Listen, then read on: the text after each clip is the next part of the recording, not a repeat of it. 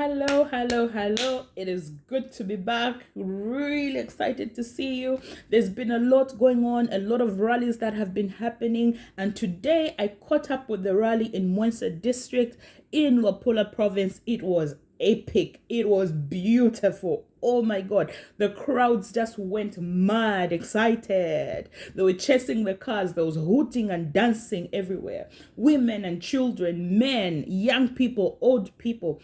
Everybody was there to receive the NRPUP party.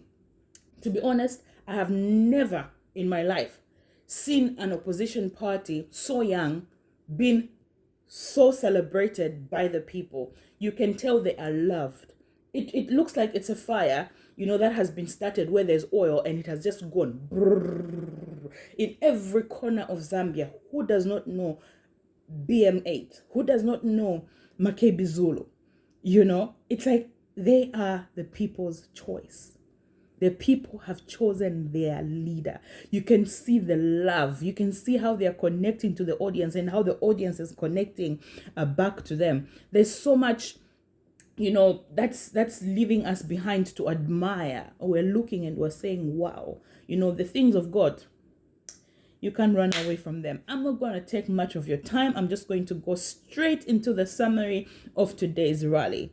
As usual, we had Makebi Zulu come in and he talked about the broken promises that the UPND government made to its people, and the audience was in agreement. He didn't even have to stress anything. The audience were actually pointing out and screaming out the things that the UPND government promised to them and did not fulfill. And Makebi Zulu simply reminded the people to say the power is in your hands.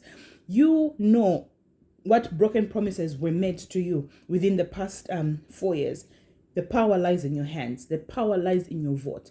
You voted them in, you will vote them out. And everybody was cheering and agreeing to that. It was so exciting to just see the energy that was in the audience and how they were responding to the running mate of Brian Mundubile, who is Makebi Zulu. Yeah, so time came, Makebi Zulu invited Brian Mundubile to stage and they started out with a dance. The dance was amazing. Oh my God, that was hilarious. I looked at it and I'm like, hi, what time do you even have to plan, all these things? It just tells you when things are done naturally, they just flow naturally. They don't have to force anything. They don't have to come up with dances that they're not sure of and tomorrow they'll start apologizing to say, oh, this and that. That was so natural. Everything was just flowing. It was beautiful. He introduced Brian Mundubile to the audience, and the audience was ecstatic. They were excited. They were screaming everywhere. There was people, doing the flashlight symbols. Yeah, it was really exciting. BM8 came in and he delivered the manifesto for the party. He did it as beautifully as ever, one point flowing after the other.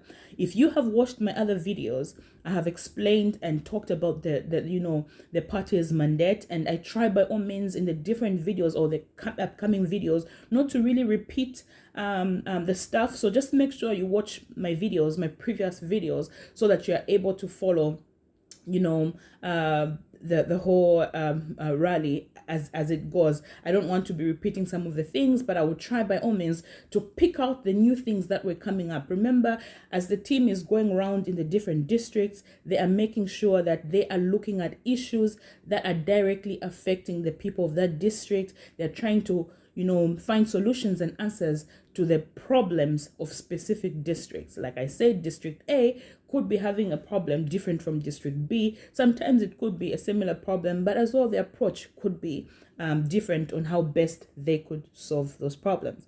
So today, BM8 started out with introducing the Member of Parliament to the people. He talked about his work and how faithful he was in delivering the message of development in Parliament the time he was in the PF government as Member of Parliament. Yeah, he talked about the people's power, that people have the power to bring in a government or to remove a government.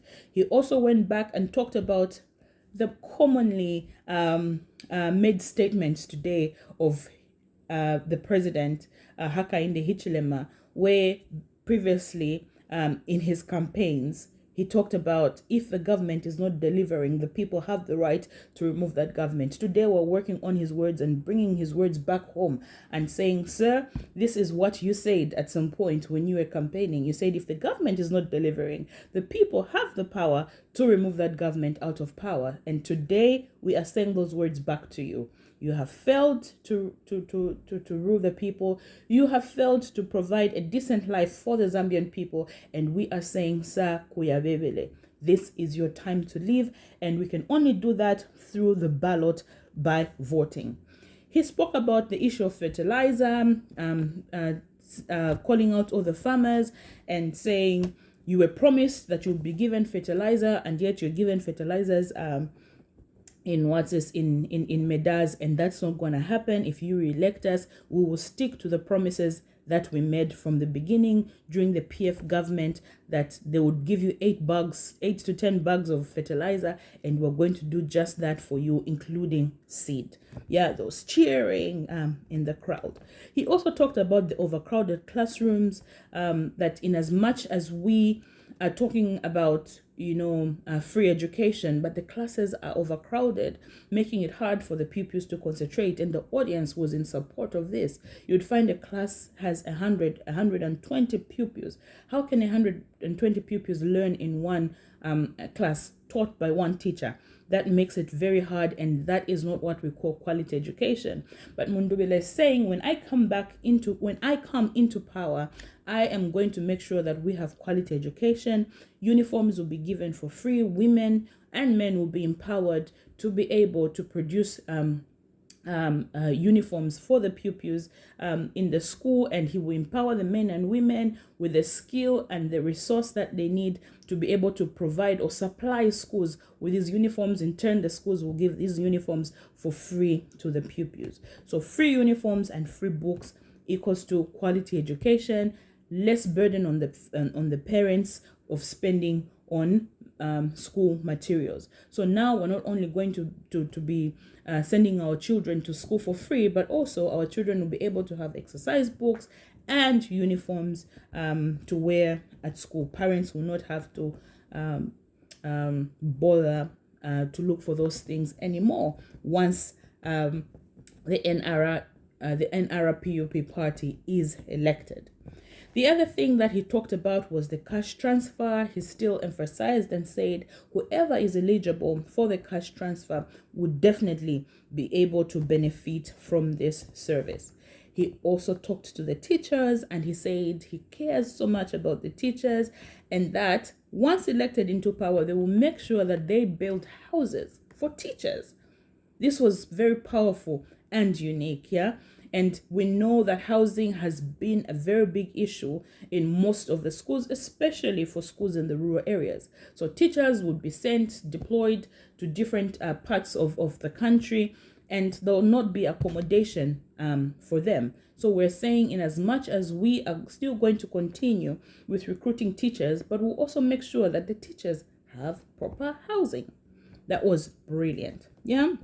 He also talked about teachers being upgraded. He acknowledged the fact that most of the teachers, when they joined the teaching profession, others had certificates and diplomas, but with time, they have developed themselves, gone to university, paid their own fees, they have upgraded themselves. Others have degrees and master's degrees, but are still on the same level. And he says once elected into power, he will ensure that these teachers are promoted and they are upgraded to the level where they are supposed to be. So teachers, that was something for you there. Very, very exciting.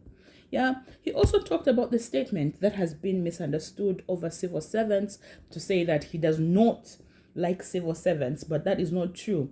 His statement rather was referring to those civil servants that are going to participate in malpractice during the election process, that do not be cheated, do not be lured into, taking part in rigging of votes. If you are a civil servant, do not do that, because once you do that, we'll discover you and it will not be good at all. So those are the people that he was referring to, and not that he was telling all the civil servants that he was upset with them, he was going to deal with them and all that. Unlike the messages that are going around out there, that is not true. He did clarify that statement and said that statement was only targeted to those specific individuals who are in the civil service that are planning to take part in the rigging of the elections. He said you need to follow the laws of Zambia and make sure you do not break them, because if you do, the law will definitely visit you at your doorstep. He also mentioned about the famous story of the database in Zambia, that the database issue will be removed. We know how some recruitments have been happening in Zambia, where they're saying they're following a certain database, but for you to appear on that database, people had to cut a leg and an arm to just be there. We've heard all the stories around the database, and he says once he's elected into power, we will not have anything of that sort. No database in BM8's government. Yeah, so he assured everyone that is qualified in Zambia to be able to join either the police or the army, and will not look at tribe, will not look at people's names when employing them. He says as long as you are qualified to become a police or to become a soldier or whatever position that the government is offering, as long as you're qualified. So the benchmark here is qualification. We're not looking at tribe, we're not looking at names. No, we are looking at qualifications. As long as you're qualified, you will be able to join the civil service. Yeah. So the other thing he talked about was cadreism. He says this is going to end in his government. Mundubile is not going to entertain cadreism once he's elected into power. He assured the people that he was going to return, their human rights, the freedom of speech. Because right now what's happening in Zambia is that once you speak or say anything against the government, the next thing that you will see is the police at your doorstep and you'll be arrested under what we are calling the cyber law.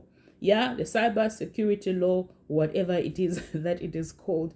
People are being arrested saying you are causing distraction and therefore you're breaking the law and you will be arrested. He says once they come into power, all that will be revised. The highlight of the day was when he was about to finish his speech and the people started screaming, Kambwili, Mbwili. They all wanted to see Bakambwili come and say hello to them. And Bakambwili did come and he said hello to the people. You could see the excitement in the crowd to have seen Kambwili attend that rally. Thank you so much for listening to me. I'll be back again for another summary on the next rally. I don't know which rally I'm going to find myself in, but I hope it is going to be very soon. And I want to see you in my next video again. Thank you so much. Please find time to share with the public and let us intensify our campaigns. Thank you so much and God bless you.